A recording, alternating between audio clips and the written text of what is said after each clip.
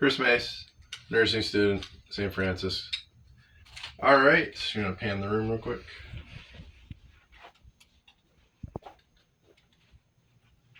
Okay, let's go. All right, over there. All right, so my name's Chris Mace, nursing student. I'll be conducting your abdominal exam. So first and foremost, what I'd like you to do, if you could, please, just pull your shirt up to your chest level. Yeah, that's good. Okay. Just exposing your entire abdomen there because that's what we're going to be examining today. So first, what I'm going to be doing is I'm going to be looking at the symmetry, making sure things are equal on both sides. And again, I'm just focusing in on your abdomen area, and it looks very symmetrical. Even your umbilicus looks to be more midline. It's not protruding; it's more sunken in, but that is a normal finding. Then moving on to your skin. Just looking for anything like rashes, any striae, which are like stretch marks, scars, and even like veins that might be easy to view. And not seeing any of those at all, no lesions at all on your abdomen. Next, what I'd be moving on to is just looking at like the contour of your abdomen, which would be, is your abdomen flat? Is it protruding more, or is it concave? And it is more of a flat belly, which again, normal finding. Then looking at any sort of movement in your belly area, there would be like peristalsis, which is actually the normal workings within your gut to help maneuver food and digest food. But I don't see it noticeable out here, as well as also looking for or aortic pulsations, and that would tend to happen more when you're busy, active, and then lay down. And I would see more of that here in your belly, the pulsations. So you've been more at rest before this exam, so I'm not seeing that. So that's actually a normal finding as well. I'll move on next to listening to sounds. So what I'm gonna do is I'm gonna use my stethoscope and I'm gonna listen to your abdomen. And I'm going to move within different quadrants of your belly. And I'm just going to listen for gurgling sounds, essentially, to make sure that your bowels are moving. So I'm going to move from here in the right upper quadrant till I hear some sounds. And I hear it immediately there, so that means that stuff is passing through this part. I'll move over here.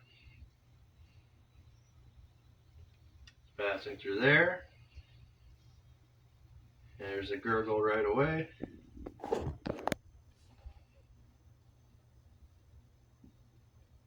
That one took a little bit longer, but I did hear some there. All right, so that just means that your bowels are moving. Normally there's no stoppage in there, any blockaging of anything. Then I'm going to move on to listen to your liver and your spleen. Your liver is going to be situated over here on your right side, upper quadrant, slightly under the rib cage. And then your spleen is on this side here, roughly the same area. And I'm going to listen there as well, just to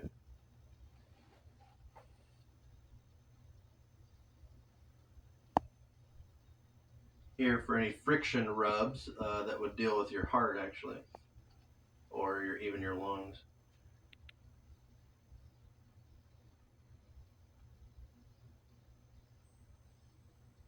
Not hearing any adventitious sounds there at all. And then I move on to your arteries, your more major arteries that are within your abdomen that I can listen to. So we'd start up here in the epigastric area for your aorta. That's a major artery coming off your heart. And I'd listen here. And what I'm listening for here is I'm listening for bruits, which is that turbulent sound. And I'm not hearing that, which is actually a good finding. What I'd do is I'd move down slightly, about a little bit, an inch, and then an inch out on either side for your renal arteries. Again, no bruit sound there. and no brewery sound on this side. The next spot I would move down to would be at your belly button, your umbilicus, at or below that level, just a little bit. And I go on either side, and I'm listening for the iliac arteries. And this is the point at which your aorta branches off. It bifurcates down one side, one leg, and down the other leg. Your iliac arteries. And again, not hearing any bruits, so no turbulent action there. I'm going to go down a little bit further into your groin area for your femoral arteries. And again, no turbulent sound, no brewy sound there. So it's not a lot of pressure going through there, more so than it should be. So that's good. Then I would listen to your epigastric area again. Now this time it'd be more for venous sound, your veins. And I'm listening for a hum. That might be a concern. So listening for any sort of hum in the epigastric area.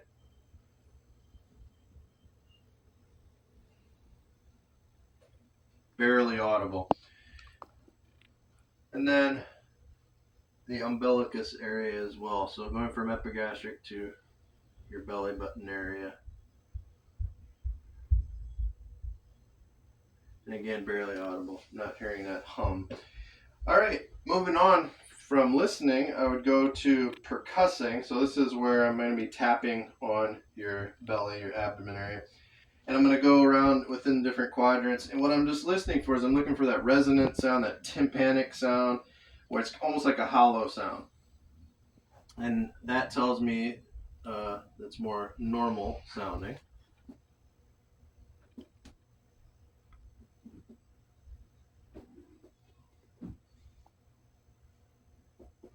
It is hollow.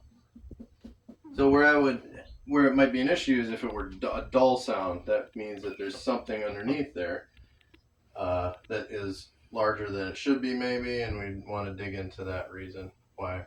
I'm also gonna go to your liver side, and what I'm gonna do is I'm gonna move from top down and bottom up, and I'm gonna locate that liver. I'm gonna just see how wide it should be, and normally it should be anywhere from about 6 to 12 centimeters, and we'll find that through the sound of percussing here. So I'm going to start right underneath your nipple area and move my way down towards your liver first, and I'm going to notice when that tone changes.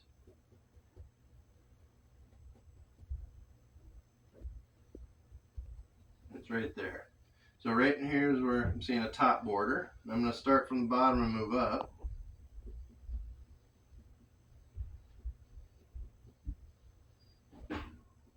That's where it starts to change. So we're looking at right from here to here, and that's got to be about 6-7 centimeters in there. So you're right in that normal range. What the edges of your liver would be there. Now your spleen, we're going to the other side, your left side, and what I'm going to do here is percuss as well. And I'm trying to in here and here. There. So it's right in here. I'm hearing that change in sound. So this is about where that spleen is located. All right, then we're going to move on to palpating. So this is the part where I'm going to actually press on your belly and feel around a little bit more. First, I'm going to do it lightly and to look more superficially. So if there's anything there at your skin level. And then after that, I'm going to go a little deeper and I'm going to press a little harder. And that's where it might become a little more discomforting. But really, that's normal. I just want to know if it becomes painful or not. So first of all, I'm going to use one hand and I'm going to move around each quadrant. And I'm not noticing anything abnormal here. Nothing lumpy or hard that could indicate something else.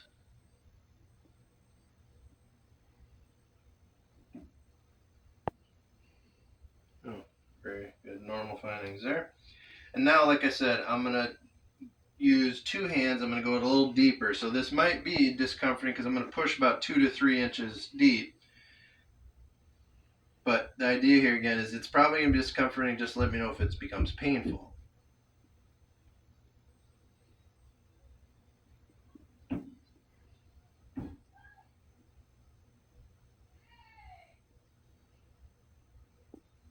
Again, just letting me know if it's hurting at all. No? Okay, No. good. All right, and then I'm going to move to your liver edge, and again, I'm going to use 2 hands, and this is where, it could create a ticklish sort of feeling, but I'm going to work right here at the edge of your rib cage, and if you could just take a deep breath in for me, I just want to get an idea where that rib cage is. Okay, thank you. All right, you can breathe out. All right, so what I'm going to do is I'm going to feel right here.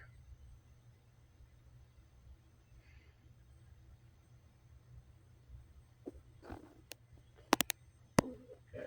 No, it does not hurt. Just weird. Okay. All right, and then I'm going to go to the other side to your spleen. And I'm going to go a little deeper here as well.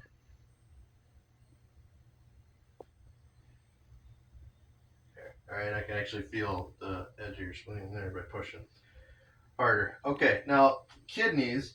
I'm going to palpate your kidneys as well. Now, this is a little different. I'm going to put one hand underneath here, and I'm going to go underneath right to the bottom of that last rib. I'm going to lift up. You can just lay flat. I'm going to lift up, and then I'm also going to push up here right at the bottom of your rib cage, right where your kidneys are located. I know it might be ticklish. All right, there, and then I'm going to feel on this side. Go underneath the rib cage there, and then find it up here, and I'm going to push. No pain, though. No pain, just Okay, very ticklish. all right. You got a ticklish patient. All right. Okay, and that actually is called blotting, to feel the kidneys. Last thing I'm going to do is I'm going to move into some special testing. First one is measuring ascites. Now, you're a healthy guy, and we can tell here that you don't have any fluid buildup, but there is a test we can do if you were to have ascites, if we were to see that indicated. And what I'd do is I'd have you first on your belly, and I'd do that same percussive thing, and I'm going to move from laterally to medially or vice versa. What I'm looking for is I'm looking for that certain hollow sound, and I'm hearing it all the way across. Now, what I should hear is if you had ascites, I would hear a dull sound on this side, just because the fluid is going to make your organs float up, and then we would hear more of that tympanic sound as I tap there. Now, what I'd also have you do, if we suspected ascites, I'd have you turn on your side. If you could turn on your side for me slightly. Yeah, kind of like that. And I would do it again. Now, if you had ascites, we would notice that tympanic sound here, okay? Whereas laying on your back, the ascites, that fluid would have me hear or feel more of a dull sound. Now here, since the fluid would now be down here at the bottom, this should allow these organs to float up, and I should hear that hollow sound that is normal that I would hear, but then I would hear down here, I would hear more of a dull sound when I would there. But you don't have that, so. All right, and then moving on, we test for appendicitis. And there's several tests I could run, several signs. First one would be the Rovsing sign, and this is me applying pressure on the opposite side, looking for some rebound effect, because the appendix, it's a little tail end that sticks of the area where your small intestine joins up with your large intestine, and this is where it's located here in the right lower quadrant of your belly. If I were to apply pressure over here, and deep pressure and then just suddenly let go, what I notice is you would feel pain over on this side, but you don't feel any of that. Okay. The next sign would be psoas sign, and this is where I'm going to apply some pressure to your thigh, your right leg, and you're going to lift your leg, again flexing at the hip, and you can flex at your knee, but you're flexing at your hip trying to pull that leg up, and in doing so, if you were to feel pain over here, that would be another indicator that you may have appendicitis. So let's do that. I'm going to apply pressure and you lift up. Any pain? No. Okay. Another test would be the obturator test. And this one, it's more passive. You're not going to lift. I'm going to lift your leg. And what I'm going to do is I'm going to lift your leg up at the hip. And what I would do is I would internally rotate your hip. So that would bring your knee in and your foot out. In doing that, you would feel pain here as well on that right lower quadrant. Do you feel pain there? No. No. Okay. Again, normal finding. Good. Another test is about cholecystitis. So that's your gallbladder. Gallbladder is located right underneath your liver there. So this would give us an idea if you had an inflamed gallbladder. This one is Murphy's sign. And what I would do is I would ask that you would take a deep breath in at a slow pace, but breathing in as deep as you can. And I'm going to apply pressure right here underneath that rib cage, right at your liver level. And as you're breathing in, it might cause some pain to cause you to stop inhaling at that point because of the pain. So you go ahead. I have a good feel here. You go ahead and slowly, just deeply inhale as much as you can. Any pain? No. No. Okay, good. So it'd be negative for that sign. All right, the last thing I would like to do is I'd like to do the costovertebral angle sign, and this has to do with your kidneys as well, but I'd be doing it from the posterior and your back. So if you could sit up here and put your legs on this side. So this is going to involve me making a fist and using this side of my fist and hitting against the back, okay? And what I'm doing, if you could turn this way a little bit more, perfect. I'm looking for your costovertebral angle, and what I'm doing is I'm looking for your lowest rib cage, your rib of your rib cage, and following it up.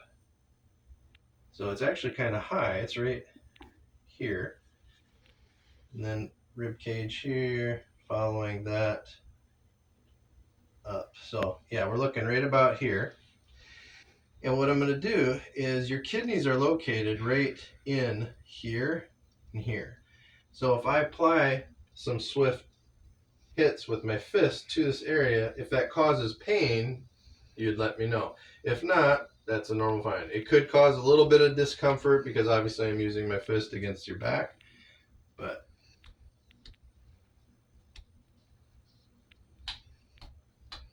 any pain in doing that? No. No? Okay.